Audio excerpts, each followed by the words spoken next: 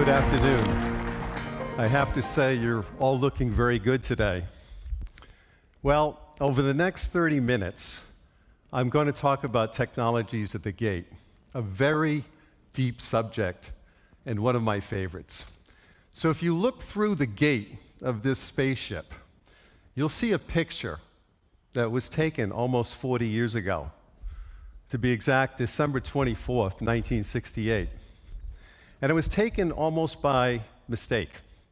Astronaut Bill Anders was on the Apollo 8 lunar orbiter, and his job was to take pictures of the moon, looking for safe landing sites for future expeditions. And then all of a sudden, he looked over his shoulder, and he saw the Earth rise. He couldn't help himself break from protocol, turn around and take a picture. That picture has become the most influential picture of all time. I love that picture because it was enabled by the technology of the lunar orbiter. This is before we landed on the moon, so you had to be traveling around the moon to take that picture. It was enabled by the camera technology of the day. But the actual moment that Bill took that picture was a synapse in his brain that was inspired by that beautiful blue planet rising into the sky. I was a 12-year-old boy when I was looking at those pictures in Life magazine, and I often wondered what actually caused him to break from protocol to take that picture. And then last year, my son, who's studying neuroscience at Brandeis University in Boston, was telling me about the biggest discovery in that field. And the discovery is mirror neurons, M-I-R-R-O-R. These are cells that are on the top of our brain, and they fire when we take action. But they also fire when we see other people taking a similar action. So if I yawn, maybe you get the feeling of yawning. But I don't want any of you yawning during my presentation. Some scientists have attributed these mirror neurons as the reason for the rapid evolution of mankind in culture and knowledge beyond Darwinian models. I think of these as little neural boomerangs that go out from our brains, and they mix with other people's boomerangs, and they come back and report. Right now, I can kind of feel these boomerangs coming from you. And imagine here at the GRLC, each one of our brains has about 100 billion of these neurons flying around, mixing, communicating, reporting back. This is really the power of partnerships and brain stimulation. The best equation I've ever seen to stimulate the brain, and believe me, in consulting, my brain was drained so many times with brainstorming sessions where you go round and round and round and get tired and there's nothing left in your brain. Brains need to be stimulated. So this formula on the slide in the lower left-hand corner basically was created by Doug Hall, the author of the book Innovation Engineering.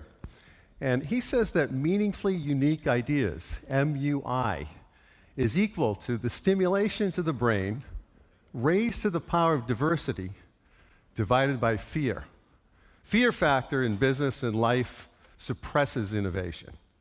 In fact, fear, F-E-A-R, my definition of that, 90% of it is fantasized experiences appearing real. So really to stimulate the brain, you need that diversity, the stimulus, but manage the fear. And what I hope to do is stimulate your brain around the technologies at the gate. I always like talking about the brain, whether or not it's the physical brain, the feeling in our heart or in our gut. This human intelligence is really the most critical thing in how we apply the technologies at the gate. So here they are. There's 6 big technologies at the gate that are changing our world. The first 3, 5G, broadband, cloud, Internet of Things, you've all heard of before. Basically, 5G is going faster and faster. By 2024, it'll be 3 times the speed that it is today.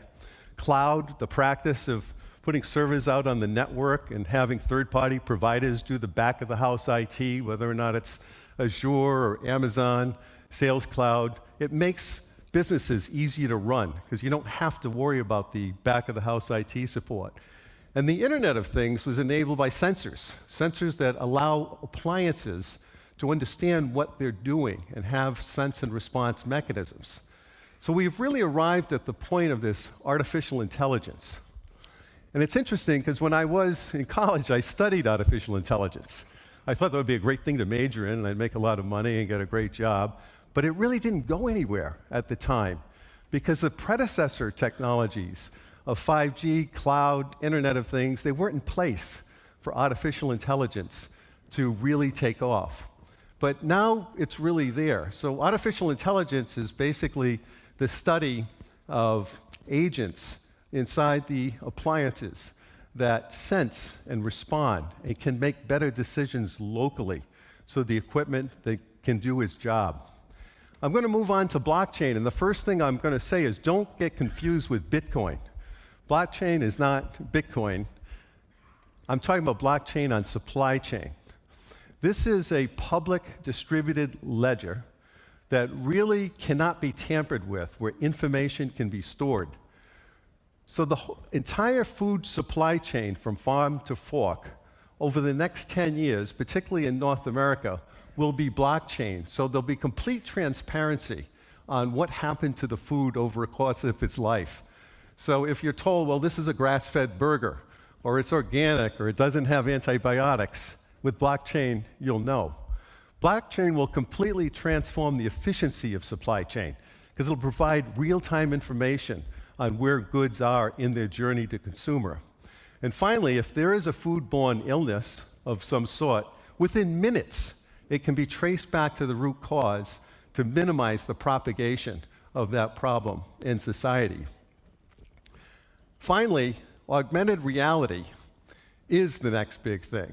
Whether or not you talk to Facebook, Google, Amazon, Apple, Microsoft, they all agree that this is it. It's the next big thing like the smartphone. Basically, these are superimposed realities, images, information that help us understand what's happening to us at the current moment. We're already experiencing it in some ways today. Last month, I was in Tokyo enjoying a quarter pounder at a McDonald's. I was sitting there and I noticed a QR code on the package. And I scanned it, and all of a sudden I was on a horseback touring the ranch in Australia where the beef was raised. So even though I was eating this quarter pounder, my experience was augmented through meeting the cattle ranchers who paid attention to the beef during the supply chain process. So as I go forward, I'm going to really talk about these technologies which are affecting the world, and in particular, how they affect our business inside food service. In the end, it's about how these technologies create the experience. And I chose this slide because it really shows the experiences at the intersection of food, equipment, and people. So whether or not this is a gourmet burger with its 10 or more ingredients that are all blockchain for the consumer to really trace back what happened, or there's an augmented reality tool to better enjoy the experience, these are the kinds of technology effects that are going to occur in the industry. Meanwhile, we've got people, young people, a whole generation that grew up with smartphones, and they expect these tools in our business. If we don't provide them the tools, the training, the know-how, we're not going to be able to attract them into the business. And finally, the technology. The technology, it's not only in terms of training the technology, but it's in adapting it to the business operation. As I transition from this idea of experience, what I'm really trying to do is leave you that it's not about the technology, it's about the experience. And the human brain has the responsibility to take these technologies and turn them into the experience. So I'd like to quote John Lasseter. John was one of the founders of Pixar. He's now head of digital for Disney Animation, chief creative officer. And the quotation is that the art challenges the technology, but the technology inspires the art. For us, the art is the experience that we want to create for our consumers, which really drive growth in the industry. So coming back now to the ground floor, my job, we meet with customers every week, and they pretty much all say the same thing. How do I grow my business? How can I expand my sales? My menu's getting complicated. How do I keep it fresh? Labor, how do I find people? How do I train people? And by the way, you're trying to sell me more equipment. I don't have any place to put it. My kitchens are getting smaller. And so I started really thinking about this years ago because we're in the business of selling equipment. And yet customers are saying we're not really meeting their need by selling traditional equipment.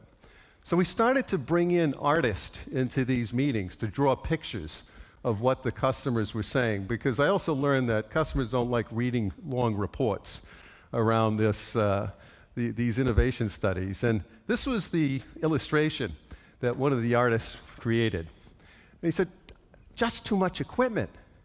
Don't sell me any more equipment. And here I am, 30 years of my life, designing ice machines, beverage, ovens, fryers, grills, hot holdings. Sell one more piece. My performance appraisals were around selling, creating that new innovation. Realized that customers don't have room for it. So this required a complete rethink of the kitchen as an operating system. We completely reorganized our company to break down the silos among these brands and integrate them into holistic systems that can go into our customers' establishments and create a step change around productivity.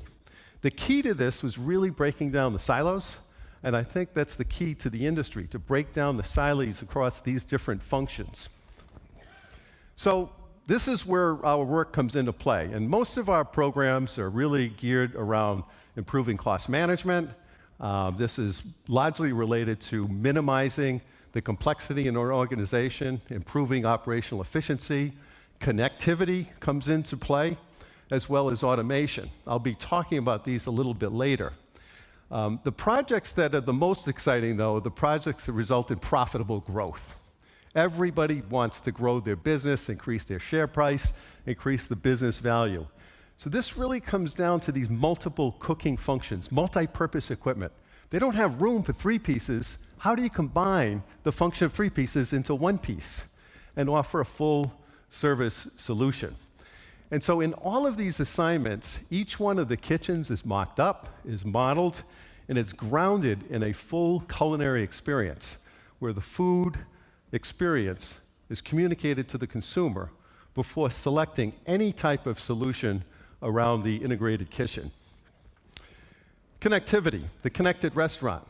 Obviously, the first thing is if the equipment doesn't have connectivity capability, it can't be part of this club.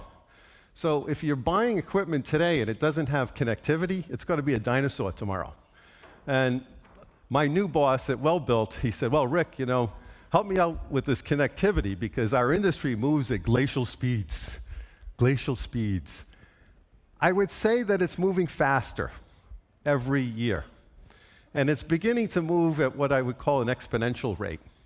Instead of 1, 2, 3, at 30, you're at 30. If you count that way in exponential, 1, 2, 4, 16, 256, at 30, you're at 1 billion.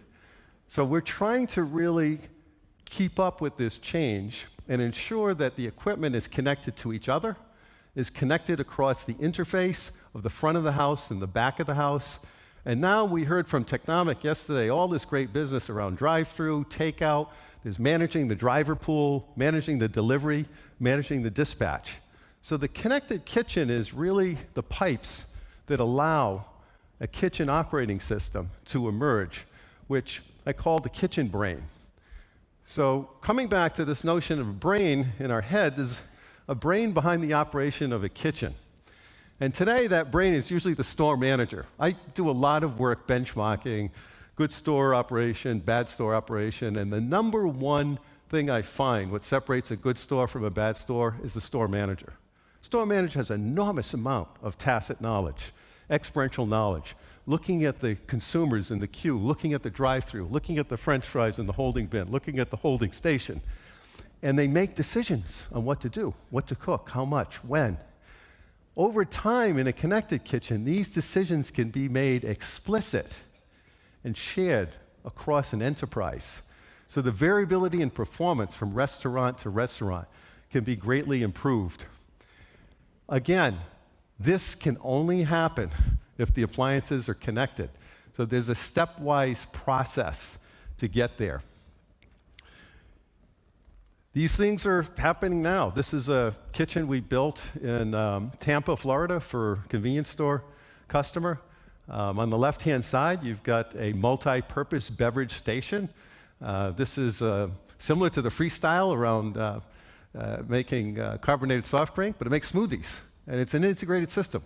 There's an ice machine, there's a blender station, an under-counter refrigerator, all built into that, and the consumer can create their own drink. On the right-hand side, you've got accelerated cooking ovens. These ovens can basically cook any food to gourmet quality at 10 times the speed of conventional cooking. They can bake, broil, roast, toast, poach fish, all just by changing the digital information to the oven. Now, because we're evolving to that point, and not every place has connectivity, these require USB sticks to put the data in there. But if you have 2,000 restaurants, mailing USB sticks around the world becomes kind of complicated. So again, connectivity becomes the enabler of this type of restaurant. The smart cloud also enables asset management.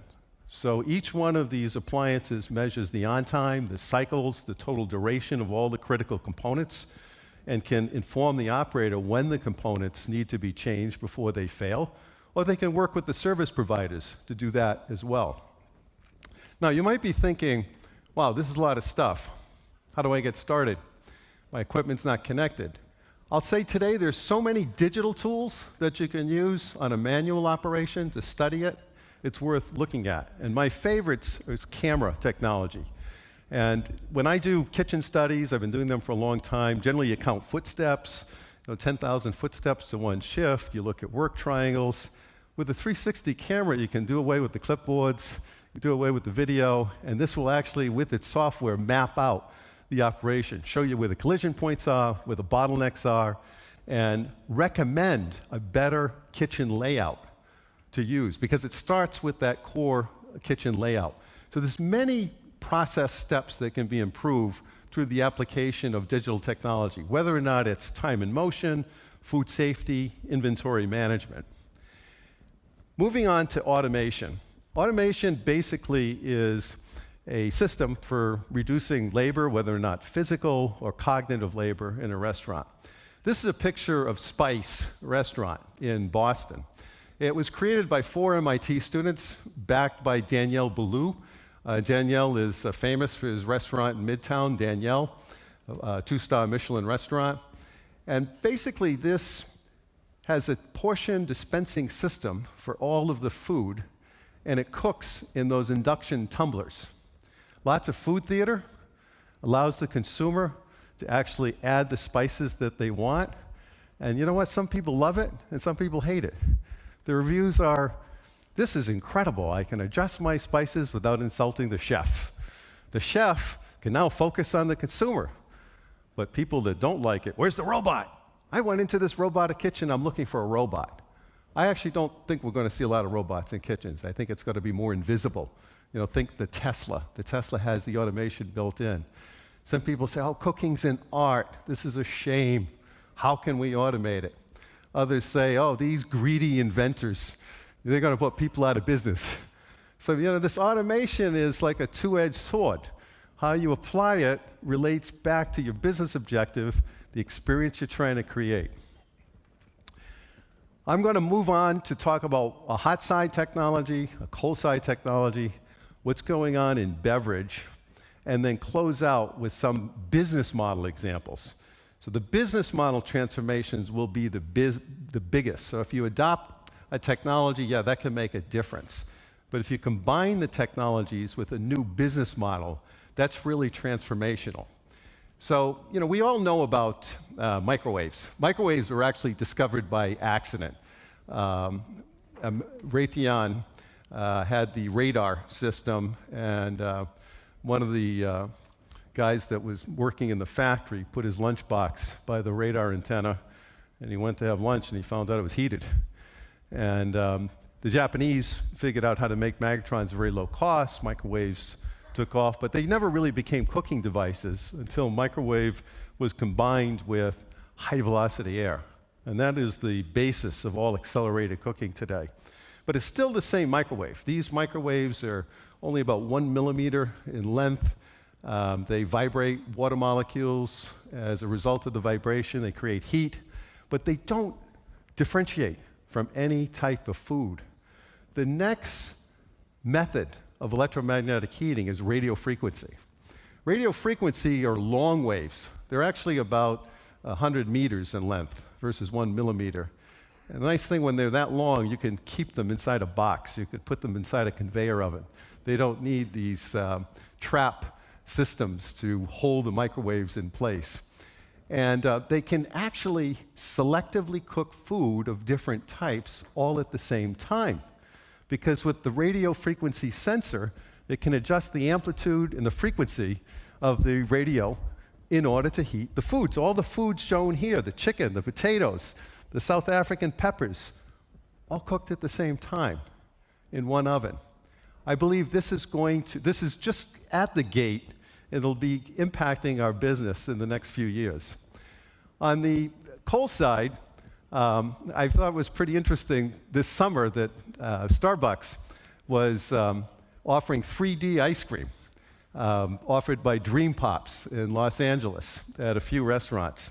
This is all vegan. It contains no milk. It's all plant-based ice cream with a wide variety of exotic flavors: berry dream, mango roseberry, and coconut latte. 3D is coming into pizza. I've seen pizzas all 3D printed. I've seen plant-based burgers printed from a 3D system. In fact, our business, we make stainless steel equipment.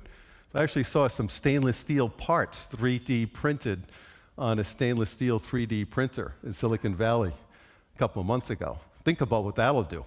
We won't have to be inventorying spare parts all around the world. We can print them locally. So this is a technology that's at the gate that's coming on pretty quickly. Coffee. We heard from Technomic that the coffee segment is expanding very quickly. An example of 3D coffee, 2D is flat, 3D, the foam on the milk, the cinnamon. You can see the cinnamon helps take the shine off the top of my head a little bit. Moving on to cold coffee, cold brew coffee is just expanding. And the next thing after cold brew is nitro. So these are nitrogen bubbles that are diffused inside the coffee, and they create a head almost like a Guinness. So it completely changes the mouthfeel, moves the caffeine all through your sensory profile. And the millennials love it because it helps chemically activate the caffeine inside the brain for studying late at night for those long exams. And who would have thought that nitrogen infusion would create a whole new category? Because yesterday we heard when Coca-Cola was invented back in the late 1886, I think it was around carbon dioxide. But there isn't much carbon dioxide in the air. It's about 0.5%. And so carbon dioxide breaks out a solution pretty quickly. Nitrogen, we have 78% nitrogen in the air. So that's pushing back on the nitrogen inside these drinks. And the nitrogen drinks stay nitrogenated for a very long period of time. So I think there's going to be a whole range of beverages enabled through this technology. And we heard about some of those yesterday from Technomic in the breakout on beverage innovations. I'm going to move on and talk about some new business models. Zoom. Zoom has established a method for making pizza that transforms the whole industry. The first thing they do is through analytics, they can predict the type of pizza, the makeup, the menu mix, and they'll actually forward deploy these kitchens. These are basically kitchens on wheels. So our whole life, we're used to stationary kitchens, bricks and mortar. The problem with stationary kitchens, real estate's very expensive, labor's expensive. This model, the kitchens are moving based on where the demand is. Once they forwardly deploy that, the pizza is actually made en route. And so within 10, 15, 20 minutes, that product gets to the customer. Don't get confused with Zoom as only a pizza company. Pizza is their first reference customer. They're working with a number of food suppliers to employ this bake on the way, last mile strategy in their business going forward. They just closed $360 million of funding from SoftBank through the venture fund, and you'll be reading about that in the Wall Street Journal soon. And this is another type of model that's being enabled largely through predictive analysis, new technology, moving the asset bases of restaurants. Lastly, Cobb & Company. Cobb is a very small restaurant chain in New Zealand, and I was so impressed when I met their chief product officer. His name is Callum Inglis. Callum, would you stand up, please? Callum will be with us today in the breakout session at 4:30 in the Smart Kitchen in Inglis 1. And what Cobb did is they said, look, we can't wait for all these technologies and all these big companies. We're just going to hire a very young team and figure out the business systems that we can put together to make Cobb run better. And Callum, over the last year, has assembled a partnership of 10 companies to do that and has implemented that in his enterprise. It basically takes the stress out from ordering food, for counting food. It's all based on a photo system. So the food comes in the back door, you take a photo, it registers an inventory, you can walk through the shelves, take pictures, and it basically helps the operator inside their system run the restaurant better. The three things that I really liked was the one-stop ordering system, franchise-wide, the iPad stocking system for real-life stock layout, and the one photo stock receiving. So the message here is small companies can do it too. They don't have to wait for the big companies. Now, I don't know how Callum figured it all out so fast, and I think he's got a very understanding boss that lets him travel around the world and develop these partnerships. But it can be done, and sometimes it will go on faster in the smaller companies who don't have the bureaucracy and the inertia associated with change. And so what I'd like to do is close out reflecting on what we discussed. We first discussed the brain, and we reflected back on the Earthrise photograph, the most influential photograph of all time, which was almost taken by accident. And I'd like you now, before you jump in around these technologies, to take a pause inside your business and look back over each shoulder and think about how will these technologies really create experiences, because experiences is what it's all about. This is what will drive growth in our industry in the future. Thank you very much.